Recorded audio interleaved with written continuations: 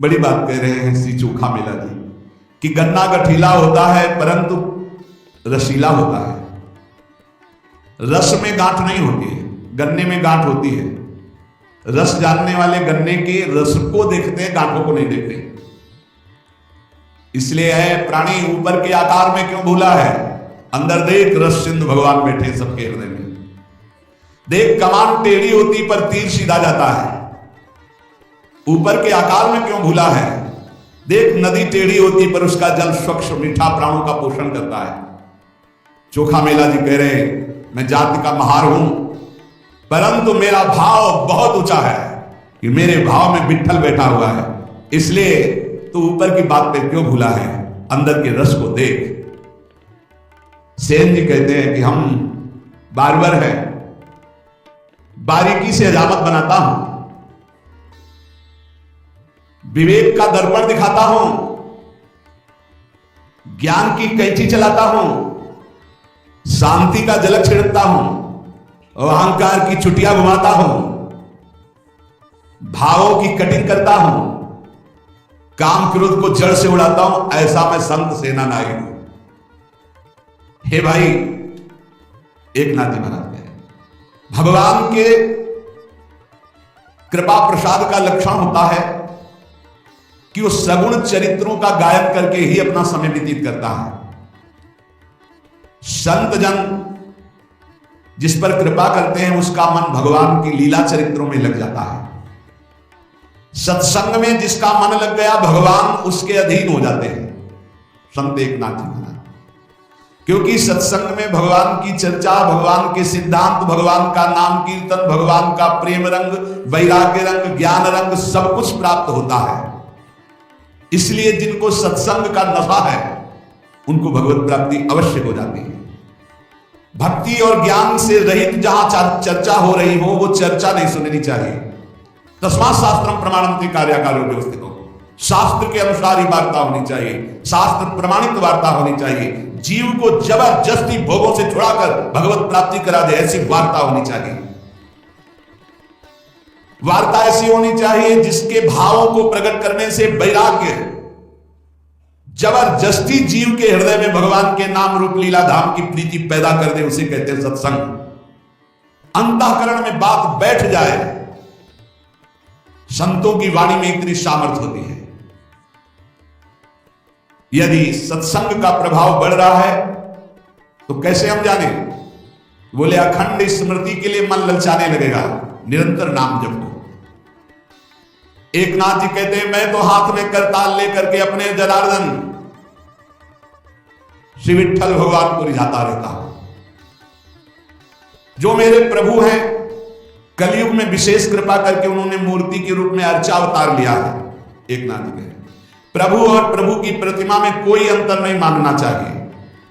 जो प्रभु की प्रतिमा को प्रभु स्वरूप मान करके आराधना करता है वो प्रभु में ही वास करता है। जो भेद मानता है वो आगे नहीं बढ़ता है। और आज तो ऐसा ज्ञान बघारा जाता है कि प्रगट सेवा का ही निषेध कर दिया गया। प्रगट सेवा का निषेध, प्रगट सेवा का निषेध, भगवत अर्चा विग्रह का कैसा ज्ञान चल रहा है, कैसा ज्ञान चल रहा है, अज्ञान घोर अज्ञान। जो भगवान के श्री के साक्षात भगवान है, साक्षात। आपको विश्वास नहीं इसलिए बात नहीं करते, उन्हें आप बात करके देखना उत्तर मिलेगा। गौर से आप ठाकुर जी की तरफ देखना, हृदय से बात करना, कोई न कोई इशारा मिल जाएगा, कोई फूल गिरेगा, कोई न कोई आप पता चल जाएगा कि ठाकुर जी हमारी बात सुन रहे हैं। कलिकाल में भगवान ने अर्चा अवतार धारण किया है प्रतिमा स्वरूप में। यह ऐसा साधन है जिससे जनार्दन भगवान की निश्चित प्राप्ति हो जाती है। स्वयं भगवान विराट, पहले बिहारी जी, राधा वल्लभ जी, राधा रमन जी सब ठाकुर बात करते थे, अब भी करते हैं। करने की क्षमता केवल हो, आपके अंदर से हटता ही नहीं कि साक्षात विराजमान है। आपके अंदर ये बात ही नहीं पूरी परिपक्व हो पा रही, आपको लगता है कि ये छवि है, ये मूर्ति है। आप बात करके देखो, आपको बात का उत्तर मिलेगा यदि आप साक्षात माने। जाकी रही भावना जैसी प्रभु मूर्ति देखी तिन तैसी। जो जनार्दन भगवान की प्रतिमा में साक्षात भगवत भाव करके सेवा पूजा करता है उसे भगवान की निश्चित प्राप्ति हो जाती है। संत एकनाथ जी, नाम खुला मंत्र है, वाणी से सदा नाम कीर्तन करो, नाम जप करो, अनंत जन्मों के दोष और पापों का नाश करके निर्दोष कर देगा ये नाम। संसार में तुम्हें जनार्दन ने भेजा है नाम लेने के लिए। खूब नाम जप करो, आलस्य मत करो, इससे सब इंद्रियां सद जाएंगी, मन भी सद जाएगा, भवबंधन टूट जाएगा। नाम जप करो, एक जनार्दन की शरण में रहकर उठते बैठते सोते जागते रात दिन विठल विठल केशव केशव नाम जप करो। संत एकनाथ जी, जिसने एक बार श्री कृष्ण का दर्शन कर लिया उसकी आंखों से श्री कृष्ण रूप कभी हटता ही नहीं, जित देखो तित श्याम नहीं। अधिकाधिक वही रूप, गाढ़ रूप वही बार बार नेत्रों में ऐसा छाया रहता है कि तुमसे और कुछ दिखाई ही नहीं देता। पर इस रूप के दर्शन के लिए पहले ये बाधा पहुंचाता है, स्त्री रूप, धनाकर्षण, प्रणाम, प्रतिष्ठा, मान, कीर्ति। यदि चिरंजीवी परम पद प्राप्त करना है तो इनसे अपने को बचा पाओ तो बचा लो। ऊपर जो वर्णन किया, यदि तुमसे कोई गलती हो गई है तो जलो अंदर, अनुताप करो, तभी उसका प्रायश्चित होगा। जलो अंदर, धिक्कार है हमारे को, ऐसी गलती क्यों हो गई, अंदर पश्चाताप करो।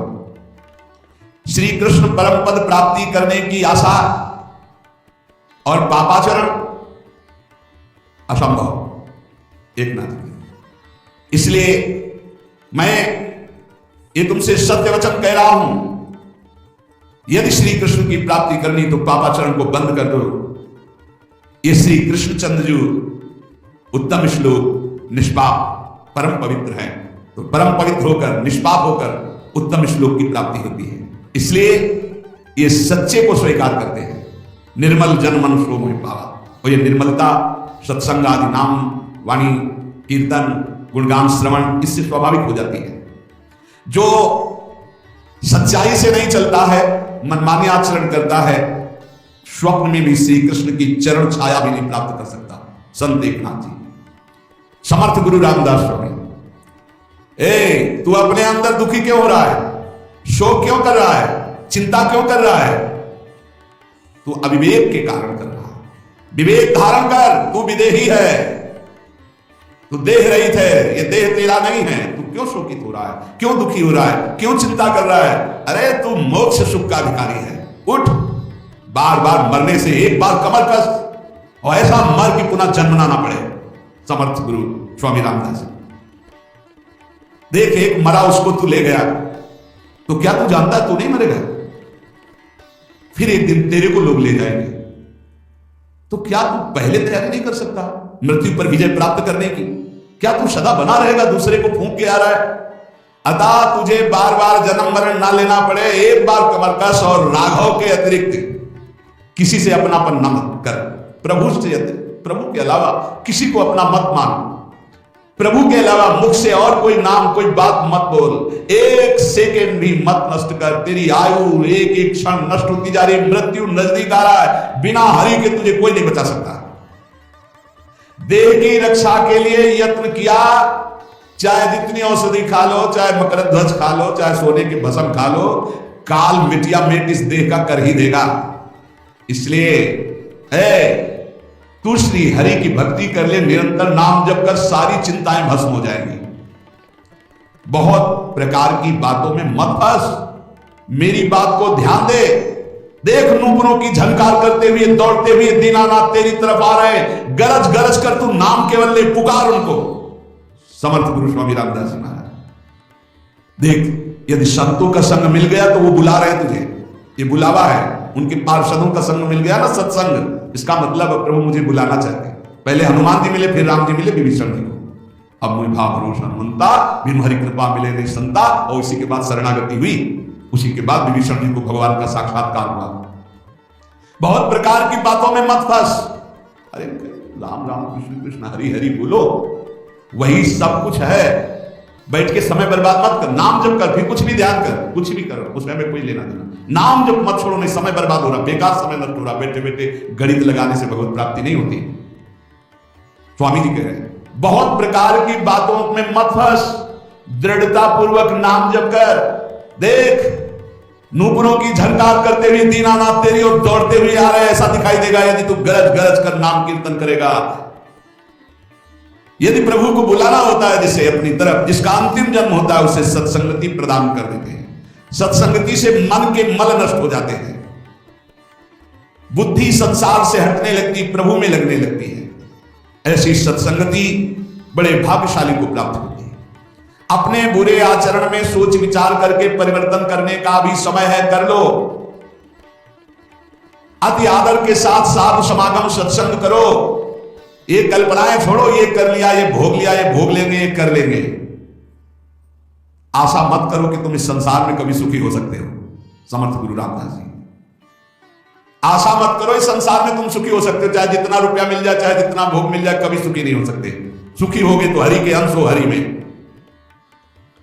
अरे कितने विद्वान, कितने ज्ञानी वंचित हो गए भगवत प्राप्ति से। इस अहंकार के कारण मैंने देखा है कि वो विद्वान ब्रह्म राक्षस बन गए। समर्थ गुरु स्वामी रामदास जी की नजर अहंकार के कारण शास्त्रों का ज्ञान होने पर भी वो ब्रह्म राक्षस बन गए। सचमुच सचमुच ईश्वर के नाम जप के भजन के बिना कौन विद्वान ऐसा है जो इस माया पर विजय प्राप्त कर सकता है। अहंकार छोड़ दो, नाम जप करो। देखो मैं सोच विचार कर बोल रहा हूं, विवेक पूर्वक बोल रहा हूं, कोई मनमानी नहीं। समर्थ गुरु स्वामी रामदास जी, सत्संगति अत्यंत त्रस्त लोगों को भी महाशांति प्रदान करती है। अतः खोज करो सत्संगति की। संयमित आचरण, शास्त्र सम्मत वाणी, ये सत्संग में प्राप्त होती है। जिसने अहंकार रूपी मक्खी खा ली है, उसे ज्ञान रूपी भोजन उल्टी करना ही पड़ेगा, पचा नहीं सकता। अर्थात जिसके मन में अहंकार अपने ज्ञान का है, वो ज्यादा बोलता चला जाएगा और अनुभव में कुछ नहीं होगा, केवल प्रवचन होगा। इसलिए मान सम्मान प्रतिष्ठा की चाह अहंकार को होती। अहंकार छोड़ो, आसक्ति छोड़ो, सज्जन संतों की संगति करो और नाम जप करके इन महान दुख में संसार से तर जाओ। सब संतों की एक ही बात, नाम जप, नाम जप। ऐ मन, ये सत्संग केवल भगवत कृपा से मिलता है और सत्संगी को निश्चित मोक्ष की प्राप्ति होती है। साधु संग करने वाला भवसागर से पार हो जाता है। सत्संगी द्वैत भावना का नाश करता है। सत्संगी का कभी पतन नहीं होता। रोज सत्संग सुनते उनका इसलिए पतन नहीं होता, रोज चाटे लगते रहते शब्दों के, रोज उत्साह बढ़ता है, रोज पापाचरण छोड़ने की हृदय में एक वृत्ति जागृत होती है। पूज्य स्वामी समर्थ गुरु रामदास जी कहते, कौन धन्य है इस संसार में जो सदा अपनी देह को भगवान के लिए कष्टमय रखता है, वो धन्य है। उचित भोजन, कठोर शैया, कम सोना, अधिक जगना, नाम जप करना, गुण कीर्तन करना, जानबूझ करके सारे सुख सुविधाओं को ना भोगना, उसका जीवन धन्य है। संसार में कौन धन्य है? ध्यान से समझो। जो प्रभु के लिए अपनी देह के आराम सुख को त्याग कर कष्ट सहता है, बहुत भाग्यशाली साधक है। ऐसे हैं। ऐसी गर्मी में जहां एसी भी काम नहीं करती, वो कूलर भी नहीं चलाते। सोचो ऐसी गर्मी में कैसे रहा जा सकता है। हमारे गुरुदेव भगवान तो 20 वर्ष हाथ के पंखा से केवल किए, हाथ के पंखा से। भीषण गर्मी में भी रात दिन वहां बिजली का प्रवेश नहीं था, बस दीपक जला करके रात्रि में इतना छोटा सा दीपक। और हाँ, अरे भजन के बिना थोड़ी स्थितियां आती हैं। सदा प्रभु के कार्य में जो अपनी देह को कष्ट देता रहता है, प्रभु के लिए प्राप्त सुखों का त्याग करता है, मुख से अखंड नाम उच्चारण करता है, जो अपने जीवन को भगवान की दास्ता में बेच देता है, उसका जीवन धन्य है। दूसरा, जैसा बोलता है वैसा ही आचरण करता है, वो धन्य है। जो नाना रूपों में एक ईश्वर को देखता है, वो धन्य है। जो सगुण भगवान में जरा भी संदेह नहीं करता, वो धन्य है। जिसमें अहंकार नहीं है, दूसरे की उन्नति देखकर ईर्ष्या नहीं है, अपने स्वार्थ का जिसने त्याग कर दिया है और संसार की किसी भी पदवी को जिसने जीवन में स्वीकार नहीं किया, उसे धन्य कहा गया है। उपाधि, कोई भी उपाधि नहीं। भगवत मार्ग में भी उपाधियां मिलती है। जिसने कभी कोई उपाधि स्वीकार नहीं की, कोई भी अपने पद प्रतिष्ठा को, जिसने अहंकार का त्याग कर दिया है, जो दूसरे की उन्नति देखकर कभी ईर्ष्या नहीं हृदय में, जो स्वार्थ का त्याग कर और जो संसार में किसी पदवी को, किसी उपाधि को स्वीकार नहीं किया, वो धन्य है। जो विद्वान होते हुए घमंड से रहित नम्र वचन, मधुर वचन बोलता है और अपने को संसार में भगवान का सेवक घोषित करता है, वो धन्य है। जो इस अखिल संसार में एक भी कोई शत्रु नहीं बनाता, जो विवेक पूर्वक, निश्चय पूर्वक कभी ना तो मिथ्या भाषण करता है, ना मिथ्या आचरण करता है, वो धन्य है। जो भगवान का दास है उसे कभी चिड़चिड़ाहट नहीं होती। जो भगवान का दास है वो बहुत गंभीर और शांत होता है। ऐसे भगवान के दास को हम नमन करते हैं। श्री समर्थ गुरु रामदास जी महाराज, नाम के अतिरिक्त जितनी चेष्टाएं में हमें विश्वास नहीं है भगवत प्राप्ति करा देंगे। महापुरुषों के वचनों को पकड़ो। नाम परमात्मा का साक्षात स्वरूप है, इसलिए नाम पर हमें बहुत विश्वास है। समर्थ गुरु रामदास, जिसकी नाम में रुचि नहीं होती उसकी यमराज में जरूर रुचि करनी पड़ेगी। यमराज में मतलब यमपुरी में, समझ लीजिए इशारा। जिसके मन में नाम के प्रति संदेह है कि अरे क्या होगा नाम जब से, इसका मतलब उसे घोर नरक यंत्रणा भोगनी है। इसलिए अति आदर के साथ मेरी बात मान लो, मन लगाकर पूरा का पूरा समय नाम जप में दो। सेवाएं करते हुए नाम जप, मुख से नाम लो और शरीर से चेष्टाएं करो अपनी गृहस्थी विरक्ति की जो सेवाएं। जो ब्रह्म ज्ञान की केवल बातें बनाता है, बहुत समर्थ महापुरुष, इसलिए सबको ब्रह्म ज्ञान की केवल बातें करता है, बातें बनाता है, लेकिन उसमें स्थिति नहीं है, वो पापी पुरुष है। समर्थ गुरु रामदास जी की वाणी।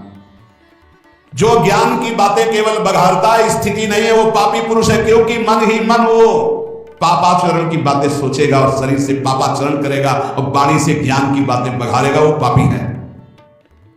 ऐसे मनुष्यों की बड़ी दुर्गति होती है। पीछे कहा विद्वान है, ज्ञान है, आचरण ठीक नहीं है तो क्या बना, बोले ब्रह्म राक्षस।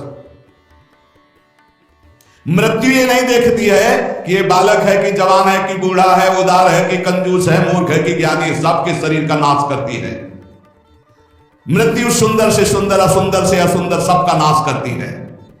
इसलिए पुण्य पुरुष वही है, हरिदास वही है, नाम जापक वही है, कीर्तनकार वही है जो मृत्यु आने के पहले ही शरीर को छोड़ दे, शरीर का राख छोड़ दिया, देह रहित विदेह स्थिति। इतना नाम जप करो कि मृत्यु आने के पहले ही शरीर राख खत्म हो चुका है। संदेह मत करना हमारी बात में। मृत्यु लोक में जन्म लिए हो तो मरोगे,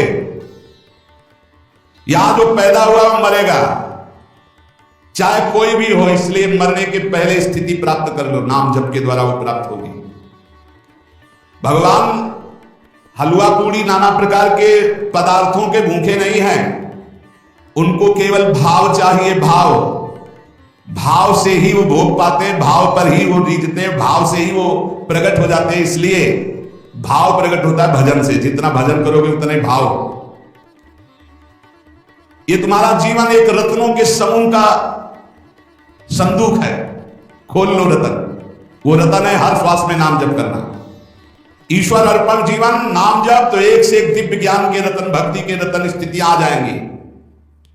और यदि श्वास रूपी रत्नों को भोगों में नष्ट किया तो जिस आनंद के लिए मानव देह मिलेगा उससे वंचित रह जाओगे। मेरी बात मान लो, केवल ये मानव देह ही भगवत आनंद प्राप्ति के लिए, इसलिए कमर कस लो, ईश्वर के लिए कमर कसो, संसार से निराश हो जाओ, संतों का संग करके भावुक बनो और जगदीश्वर को तुम संभालो सुमिरन, तो जगदीश्वर तुम्हें संभाल लेंगे। भावुक भक्त को भगवान अपनी गोद में रखते हैं। वासना के कारण ही तुम्हें बार बार जन्म मरण मिला है। उपासना से नष्ट कर दो अपनी वासना को। विषय चिंतन करते हुए मरोगे तो घोर दुर्गति होगी, हरि चिंतन करते हुए मरोगे तो सदगति हो जाएगी। ईश्वर पर विश्वास रखो, हरि की कथा सुनो, धन्य हो जाओगे। हरि की कथा सुनने से प्रीति और नित्य नई नई भगवत चरणारविंद की तरफ बढ़ने की वृत्ति मिलती है, भगवान की प्राप्ति हो जाती है। जिस जगह पर रोज हरि कथा होती है वो महातीर्थ हो जाता है। इसलिए जहां कहीं भी हरि कथा हो रही हो, ऐसा सुनने को मिले तो दौड़कर आलस्य, निद्रा, स्वार्थ का त्याग करके हरि कथा में जाकर सबसे अपने को नीच समझ करके बैठो। सबसे अपने को नीच समझ करके जहां भगवत चर्चा सुनने को मिले दौड़ो, जहां जहां पीर की बात सुने खोजत तिन कहना। जिस परमेश्वर ने तुम्हें यहां भेजा है, अखिल ब्रह्मांडों का वो स्वामी है। यदि मानव देह लेकर उसको प्राप्त नहीं किया तो तुम जानना अपना जीवन व्यर्थ चला गया। इसलिए मेरी बात मान लो, शाश्वत अशाश्वत का भेद जान जाओगे यदि नाम जप करोगे। ये जितनी भी कलाएं और विद्याएं प्रकट की जाती है, सबका उद्देश्य केवल उधर भरण के लिए सीमित हो जाता है। इसलिए मैं उस ज्ञान को ज्ञान नहीं मानता जो केवल रुपया कमाने के लिए है। अगर ईश्वर को नहीं पहचाना, ईश्वर की प्राप्ति नहीं की, जीवन मुक्त नहीं हुए, तो ऐसा पेट भरने का धंधा है। समर्थ गुरु स्वामी रामदास जी। यह निरर्थक उदर भरण की विद्या ज्ञान विज्ञान है, पेट भरने का, देश संरक्षण का, भोग विलासिता का। पेट भरने की विद्या को सद्विद्या नहीं कहते, पेट भरने की विद्या को ज्ञान नहीं कहते, अपितु सर्वव्यापक परमेश्वर अखिल कोटि ब्रह्मांड नायक की प्राप्ति के लिए विद्या है, ज्ञान है, उपदेश है। हे सज्जनों, सावधान होकर इस विद्या का उपयोग भगवत प्राप्ति के लिए करो। सत्संग, प्रवचन, कथा, वार्ता, ये भगवत प्राप्ति के लिए, पेट भरने का धंधा नहीं है। धन्य है वो नरदेह जो इसको प्राप्त करके भगवान की प्राप्ति कर लेते हैं।